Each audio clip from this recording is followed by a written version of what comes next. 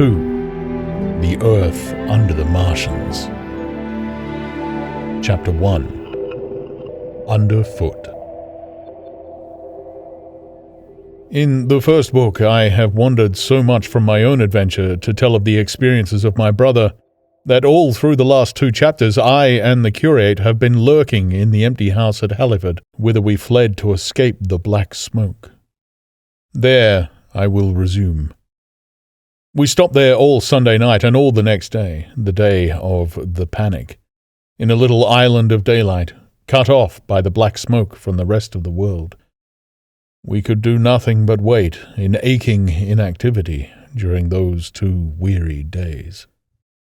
My mind was occupied by anxiety for my wife. I figured her at Leatherhead, terrified, in danger, mourning me already as a dead man. I paced the rooms and cried aloud when I thought of how I was cut off from her, of all that might happen to her in my absence. My cousin, I knew, was brave enough for any emergency, but he was not the sort of man to realize danger quickly, to rise promptly. What we needed now was not bravery, but circumspection. My only consolation was to believe that the Martians were moving Londonward and away from her. Such vague anxieties kept the mind sensitive and painful. I grew very weary and irritable with the curate's perpetual ejaculations. I tired of the sight of his selfish despair. After some ineffectual remonstrance, I kept away from him, staying in a room, evidently a child's schoolroom, containing globes, forms, and copybooks. When he followed me thither, I went to a box room at the top of the house and, in order to be alone with my aching miseries, locked myself in. We were hopelessly hemmed in by the black smoke all that day and the morning of the next. There were signs of people in the next house on Sunday evening, a face at a window and moving lights, and later the slamming of a door. But I do not know who these people were, nor what became of them. We saw nothing of them the next day. The black smoke drifted slowly riverward all through Monday morning, creeping nearer and nearer to us, driving at last along the roadway outside the house that hid us. A Martian came across the fields about midday, laying the stuff with a jet of superheated steam that hissed against the walls, smashed all the windows it touched, and scalded the curate's hand as he fled out the front room. When, at last, we crept across the sodden rooms and looked out again, the country northward was as though a black snowstorm had passed over it. Looking towards the river, we were astonished to see an unaccountable redness mingling with the black of the scorched meadows. For a time, we did not see how this change affected our position, save that we were relieved of our fear of the black smoke. But later, I perceived that we were no longer hemmed in, that now we might get away. So soon as I realized that the way of escape was open, my dream of action returned, but the curate was lethargic, unreasonable. "We are safe here," he repeated. "Safe here!" I resolved to leave him. Would that I had. Wiser now for the artilleryman's teachings, I sought out food and drink. I had found oil and rags for my burns, and I also took a hat and a flannel shirt that I found in one of the bedrooms. When it was clear to him that I meant to go alone, had reconciled myself to going alone, he suddenly roused himself to come. And, all being quiet throughout the afternoon, we started about 5 o'clock, as I should judge, along the blackened road to Sunbury.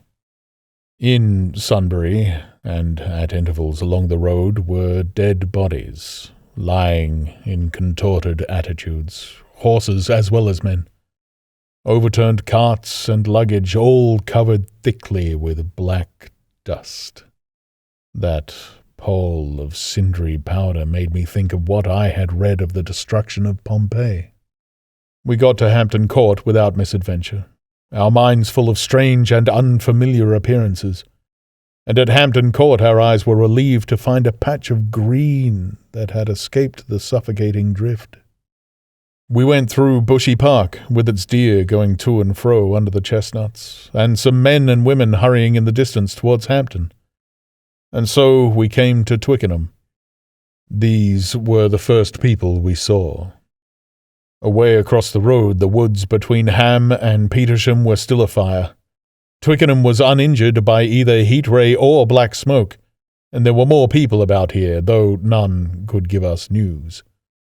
For the most part, they were like ourselves, taking advantage of a lull to shift their quarters. I had an impression that many of the houses here were still occupied by scared inhabitants, too frightened even for flight. Here, too, the evidence of a hasty rout was abundant along the road. I remember most vividly 3 smashed bicycles in a heap, pounded into the road by the wheels of subsequent carts. We crossed Richmond Bridge about 8:30. We hurried across the exposed bridge, of course, but I noticed floating down the stream a number of red masses, some many feet across. I did not know what these were. There was no time for scrutiny, and I put a more horrible interpretation on them than they deserved. Here again, on the Surrey side, were black dust that had once been smoke, and dead bodies. A heap near the approach to the station.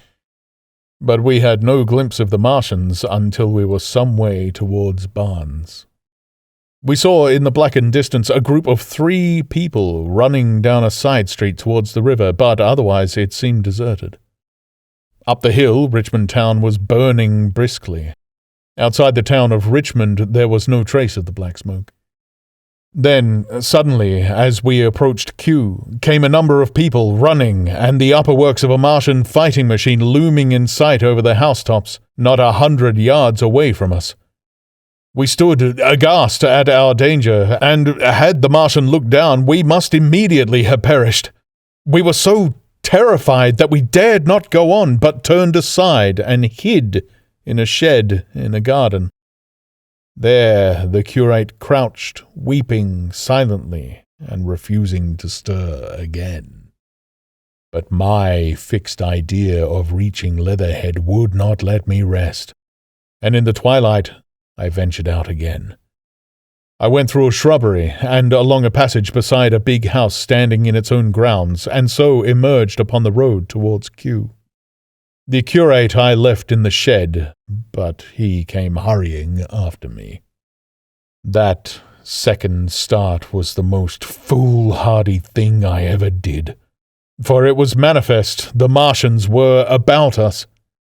No sooner had the curate overtaken me than we saw either the fighting machine we had seen before or another, far away across the meadows in the direction of Kew Lodge. 4 or 5 little black figures hurried before it across the green-grey of the field, and in a moment it was evident this Martian pursued them. In 3 strides he was among them, and they ran radiating from his feet in all directions. He used no heat ray to destroy them, but picked them up one by one. Apparently he tossed them into the great metallic carrier which projected behind him, much as a workman's basket hangs over his shoulder. It was the first time I realized that the Martians might have any other purpose than destruction with defeated humanity. We stood for a moment petrified, then turned and fled through a gate behind us into a walled garden, fell into, rather than found, a fortunate ditch, and lay there, scarce daring to whisper to each other until the stars were out. I suppose it was nearly 11 o'clock before we gathered courage to start again, no longer venturing into the road, but sneaking along hedgerows and through plantations, and watching keenly through the darkness, he on the right and I on the left, for the Martians, who seemed to be all about us. In one place we blundered upon a scorched and blackened area, now cooling and ashen, and a number of scattered bodies of men burned horribly about their heads and trunks, but with their legs and boots mostly intact, and of dead horses, 50 feet, perhaps, behind a line of 4 ripped guns and smashed gun carriages. Sheen, it seemed, had escaped destruction, The place was silent and deserted. Here we happened on no dead, though the night was too dark for us to see into the side roads of the place. In Sheen, my companion suddenly complained of faintness and thirst, and we decided to try one of the houses. The first house we entered, after a little difficulty with the window, was a small semi-detached villa, and I found nothing eatable left in the place but some mouldy cheese. There was, however, water to drink, and I took a hatchet, which promised to be useful in our next housebreaking. We then crossed to a place where the road turns towards Mortlake. Here there stood a white house within a walled garden, and in the pantry of this domicile we found a store of food, 2 loaves of bread in a pan, an uncooked steak, and the half of a ham. I give this catalogue so precisely because, as it happened, we were destined to subsist upon this store for the next fortnight. Bottled beer stood under a shelf, and there were 2 bags of haricot beans and some limp lettuces. This pantry opened into a kind of wash-up kitchen, and in this was firewood. There was also a cupboard in which we found nearly a dozen of burgundy, tinned soups and salmon, and 2 tins of biscuits. We sat in the adjacent kitchen in the dark, for we dared not strike a light, and ate bread and ham and drank beer out of the same bottle. The curate, who was still timorous and restless, was now, oddly enough, for pushing on, and I was urging him to keep up his strength by eating when the thing happened that was to imprison us. "It can't be midnight yet," I said, and then came a blinding glare of vivid green light. Everything in the kitchen leapt out, clearly visible in green and black, and vanished again. And then followed such a concussion as I have never heard before or since. So close on the heels of this as to seem instantaneous came a thud behind me, a clash of glass, a crash and rattle of falling masonry all about us, and the plaster of the ceiling came down upon us, smashing into a multitude of fragments upon our heads. I was knocked headlong across the floor, against the oven handle, and stunned. I was insensible for a long time, the curate told me. When I came to, we were in darkness again, and he, with a face wet, as I found out afterwards, with blood from a cut forehead, was dabbing water over me. For some time I could not recollect what had happened. Then things came to me slowly. A bruise on my temple asserted itself. "Are you better?" asked the curate in a whisper. At last I answered him. I sat up. "Don't move.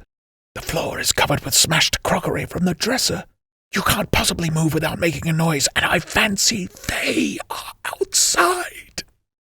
We both sat quite silent, so that we could scarcely hear each other breathing. Everything seemed deadly still, but once something near us, some plaster or broken brickwork, slid down with a rumbling sound. Outside and very near was an intermittent metallic rattle. "That," said the curate when presently it happened again. "Yes," I said, "but what is it?" "A Martian," said the curate. I listened again. "It was not like the heat ray," I said, and for a time I was inclined to think one of the great fighting machines had stumbled against the house, as I had seen one stumble against the tower of Shepperton Church. Our situation was so strange and incomprehensible that for 3 or 4 hours, until the dawn came, we scarcely moved. And then the light filtered in, not through the window, which remained black, but through a triangular aperture between a beam and a heap of broken bricks in the wall behind us. The interior of the kitchen we now saw greyly for the first time.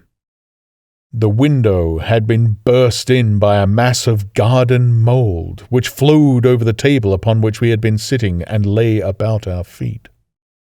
Outside, the soil was banked high against the house. At the top of the window frame we could see an uprooted drain pipe. The floor was littered with smashed hardware. The end of the kitchen towards the house was broken into, and since the daylight shone in there, it was evident the greater part of the house had collapsed. Contrasting vividly with this ruin was the neat dresser, stained in the fashion, pale green, and with a number of copper and tin vessels below it. The wallpaper imitating blue and white tiles, and a couple of coloured supplements fluttering from the walls above the kitchen range. As the dawn grew clearer, we saw through the gap in the wall the body of a Martian, standing sentinel, I suppose, over the still glowing cylinder. At the sight of that, we crawled as circumspectly as possible out of the twilight of the kitchen into the darkness of the scullery.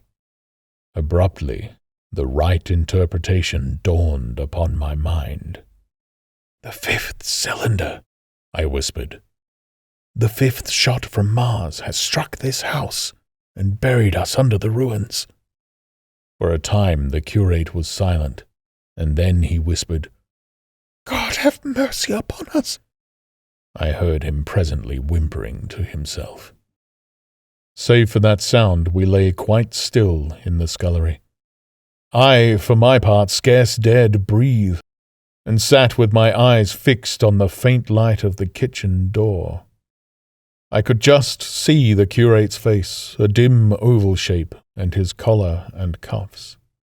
Outside there began a metallic hammering, then a violent hooting, and then, again, after a quiet interval, a hissing like the hissing of an engine. These noises, for the most part problematical, continued intermittently, and seemed, if anything, to increase in number as time wore on. Presently, a measured thudding and a vibration that made everything about us quiver, and the vessels in the pantry ring and shift, began and continued. Once the light was eclipsed, and the ghostly kitchen doorway became absolutely dark. For many hours we must have crouched there, silent and shivering, until our tired attention failed. At last I found myself awake and very hungry. I am inclined to believe we must have spent the greater portion of a day before that awakening. My hunger was at a stride so insistent that it moved me to action. I told the curate I was going to seek food, and felt my way towards the pantry. He made me no answer, but as soon as I began eating, the faint noise I made stirred him up, and I heard him crawling after me.